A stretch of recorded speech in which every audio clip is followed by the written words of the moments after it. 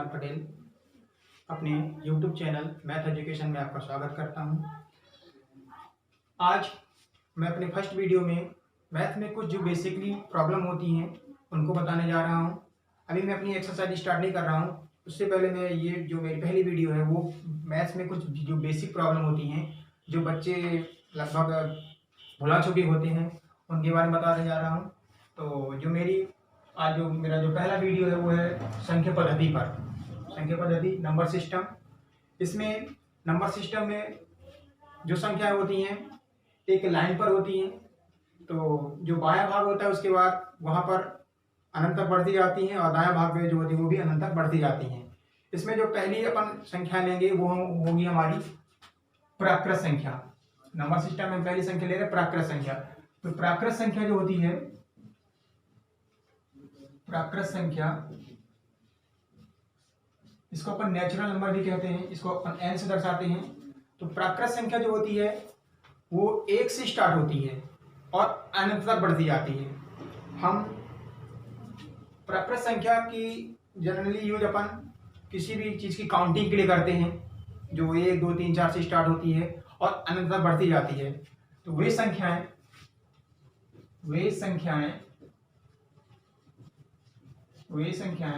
जो 1 से प्रारंभ होकर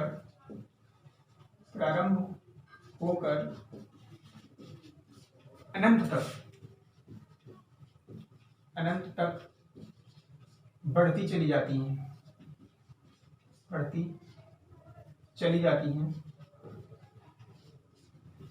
हैं प्राकृत संख्या कहलाती हैं। प्राकृत संख्या कहलाती है।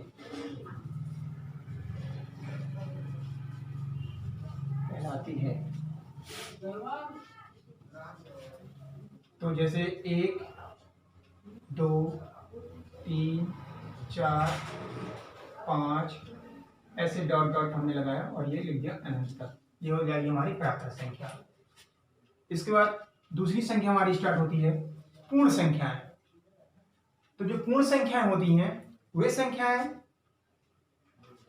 0 से स्टार्ट होती हैं और अनंत तक बढ़ती जाती हैं। तो पूर्ण संख्या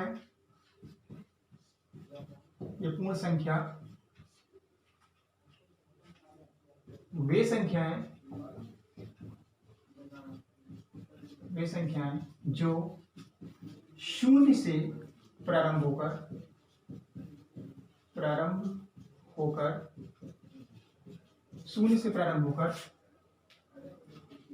अनंत तक बढ़ती जाती हैं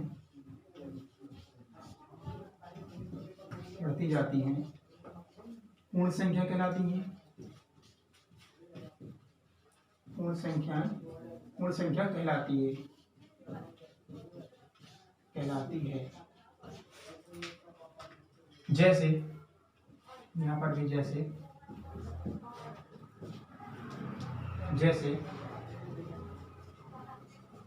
0 1 2 3 4 ऐसे अनंत तक।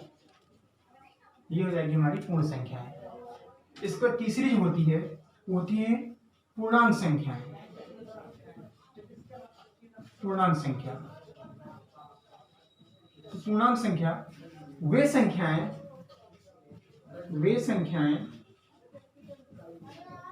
संख्याएं जो धनात्मक व ऋणात्मक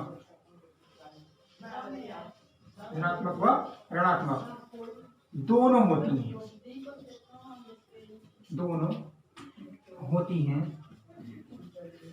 हैं और अनंत तक बढ़ती चली जाती हैं।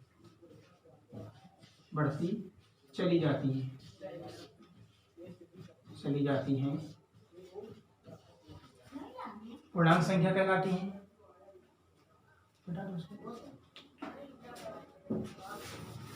जैसे जैसे जैसे -4, -3, -2, -1, 0, 1, 2, 3, 4, ऐसे ये भी अनंत तक बढ़ेगी इस साइड और ये भी अनंत तक बढ़ेगी इस साइड ऐसे। तो इसमें धनात्मक और ऋणात्मक दोनों संख्याएं शामिल होती हैं। इसके बाद अपन आते हैं सम संख्याएं। तो सम संख्याएं वे संख्याएं, सम संख्याएं चौथा है हमारा सम संख्या, इसको अपन इवन नंबर कहते हैं। सम संख्याएं वे संख्याएं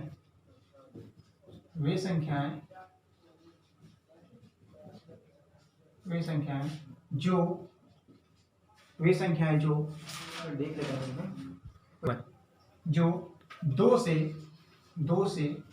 पूर्णतः विभाजित होती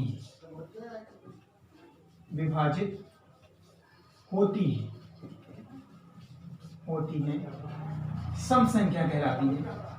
ये सम संख्याएं कहलाती हैं। जैसे 2, 4, 6, 8, 10, 12 ऐसे बहुत सारी जो 2 की गुणज होती हैं वो सारी संख्याएं सम संख्याओं के अंतर्गत शामिल होती हैं। इसी प्रकार पांचवा है हमारा विषम संख्याएं।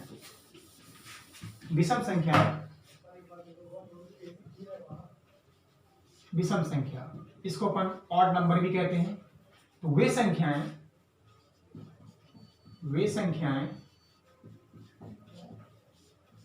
जो 2 से पूर्णतः विभाजित नहीं होती हैं,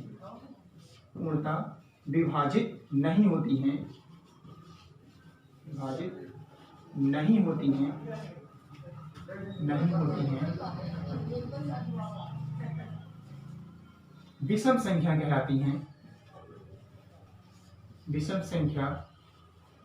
कहलाती हैं।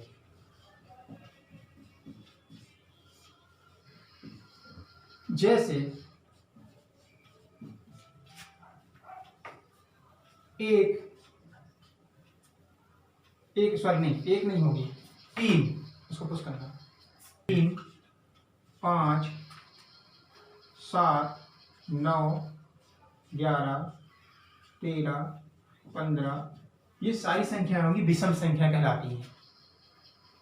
1 नहीं होगी यहाँ पर, 1 ना तो सम होगी ना तो विषम होगी, क्योंकि 1 का भाग स्वयं अपनी संख्या से चला जाता है।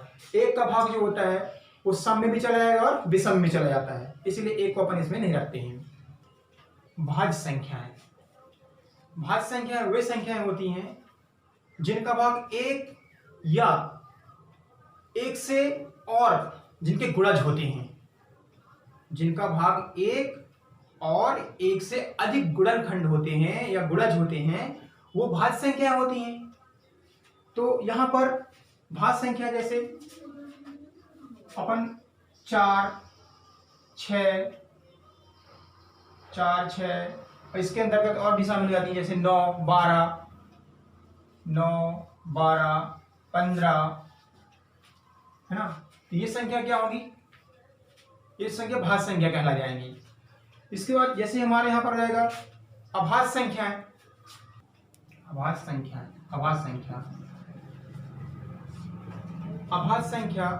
वह संख्या कहलाती है जिसका भाग 1 से तथा जिसके अन्य गुणनखंड और ना हो, वो कहलाती है हमारी भाज्य संख्याएं। तो इसमें यहाँ पर जैसे हो जाएगी हमारा 2, 3, 5, 7, 2, 3, 5, 7, 13, 17, 19, 23। तो ये संख्या क्या कहलाएंगी, अभाज्य संख्या। इनका भाग 1 से जाएगा या तो उसी संख्या से जाएगा, इसीलिए इनको अपन कहते हैं अभाज्य संख्याएं। इनके 1 से अधिक गुणनखंड नहीं होते, केवल इनका भाग सिर्फ 1 से जाता है। जबकि भाज्य संख्याओं में क्या होता है, इनका भाग 1 से भी तो चला जाएगा, बट इनके 1 से अधिक गुणनखंड भी हो सकते हैं। जैसे 4 का भाग किससे दे सकते हैं, 2 से दे सकते हैं। 6 का भाग हम किससे दे सकते हैं, 3 से दे सकते हैं। 9 का भाग हम किससे दे सकते हैं, 3 से दे सकते हैं। 12 का भाग हम 3 से और 4 से भी दे सकते हैं, 2 से भी दे सकते हैं। 15 का हम 3 से 5 से भी कर सकते हैं। 21 का भाग हम 21 में यदि भाग करेंगे तो 21 में 4 का भी कर सकते हैं और 2 का भी कर सकते हैं। 27 का हम 3 से भी कर सकते हैं, 9 से भी कर सकते हैं। तो ये इसलिए इनको भाज्य संख्या कहा जाता है। इनके 1 से अधिक गुणनखंड हो सकते हैं, बट अभाज्य संख्या में ऐसा नहीं होता। अभाज्य संख्या में एक या केवल एक ही उससे गुणनखंड होता है, या फिर उसी संख्या से भाग जाएगी जो संख्या दी गई है। जैसे यहाँ पर 2, हम 2 भले सम संख्या है, लेकिन वो क्या है, अभाज्य संख्या है, क्योंकि 2 का भाग किसी से नहीं जाएगा, सिर्फ 2 से ही जाएगा या फिर 1 से जाएगा। 3 का भाग 3 से जाएगा या 1 से जाएगा। 5 का भाग 5 से जाएगा फिर 1 से जाएगा। 23 का भाग 23 से जाएगा फिर 1 से जाएगा। इसलिए इनको अभाज्य संख्या कहा जाता है। परिमेय संख्या, परिमेय संख्या, इसको अपन रैशनल नंबर भी कहते हैं। परिमेय संख्या वे संख्याएं जिन्हें हम P/Q या अंश बटे हर के रूप में लिख सकते हैं, परिमेय संख्या कहलाती है। जैसे P/Q ये एक परिमेय संख्या है। हम इसको इस तरह लिख सकते हैं, अंश बटे हर, नॉमिनेटर और डिनोमिनेटर कहलाता है। यहां पर P और Q क्या है, P और Q कोई भी धनात्मक पूर्णांक संख्या है। इसमें उदाहरण जैसे हमने लिखा 3/4, हमने लिखा 11/8, हमने लिखा 1/4। ये सब क्या है, ये परिमेय संख्या है जिन्हें हम P/Q के रूप में लिख सकते हैं। परिमेय संख्या के अंतर्गत शामिल होता है। अब इसी में अगला जो है अपरिमेय संख्या है। तो अपरिमेय संख्या वे संख्या कहलाती हैं, अपरिमेय संख्या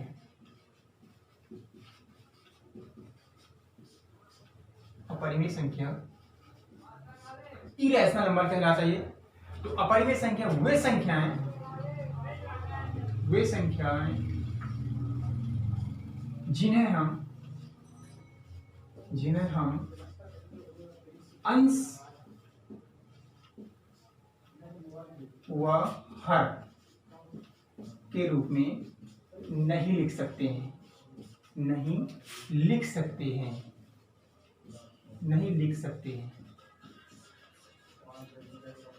अपरिमेय संख्या कहलाती हैं। अपरिमेय संख्या कहलाती है।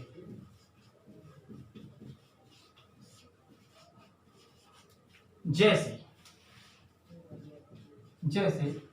जितने भी वर्गमूल वाली जो संख्या होती हैं, जैसे √2, √2, √3, √5, √6, √7, √10, पाई, ये सब क्या है, ये अपरिमेय संख्या है।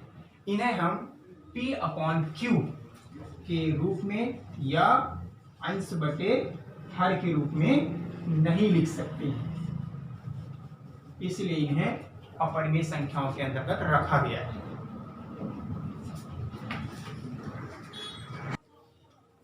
इसके बाद अगली हमारी है वास्तविक संख्याएं, रियल नंबर। तो वास्तविक संख्याएं वे संख्याएं जिन्हें हम सरल रेखा में दोनों तरफ अनंत तक बढ़ा सकते हैं। जैसे एक सरल रेखा हो गई, यहां पर हमने 0 लिया। इसके बाद इस साइड हम धनात्मक संख्या ले सकते हैं और इस साइड ऋणात्मक संख्या ले सकते हैं। जैसे हमने लिया यहाँ पर, हमने लिया 1, यहाँ पे हमने लिया 2, यहाँ पे लिया हमने 3, यहाँ पे लिया हमने 4, यहाँ पर हमने लिया इस साइड ऋणात्मक, तो -1, -2, -3, -4, ऐसे यहाँ पर अनंत तक अपन बढ़ा सकते हैं, ऐसे इसको इन्फिनिट तक, यहाँ पर भी अनंत तक हम बढ़ा सकते हैं। इसके बाद अगली हमारी संख्या वास्तविक संख्या है।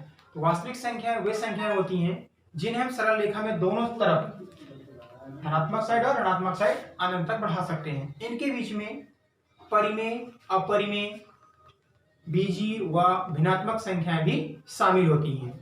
तो जैसे उदाहरण है, हम ये ले सकते हैं, जैसे वास्तविक संख्या के अंतर्गत हमने जैसे 3/5 हमने लिखा, 1/2, 1/4 हमने लिखा, 3/7 हमने लिखा, √2, √3, ऐसे बहुत सारे इसके उदाहरण हो सकते हैं।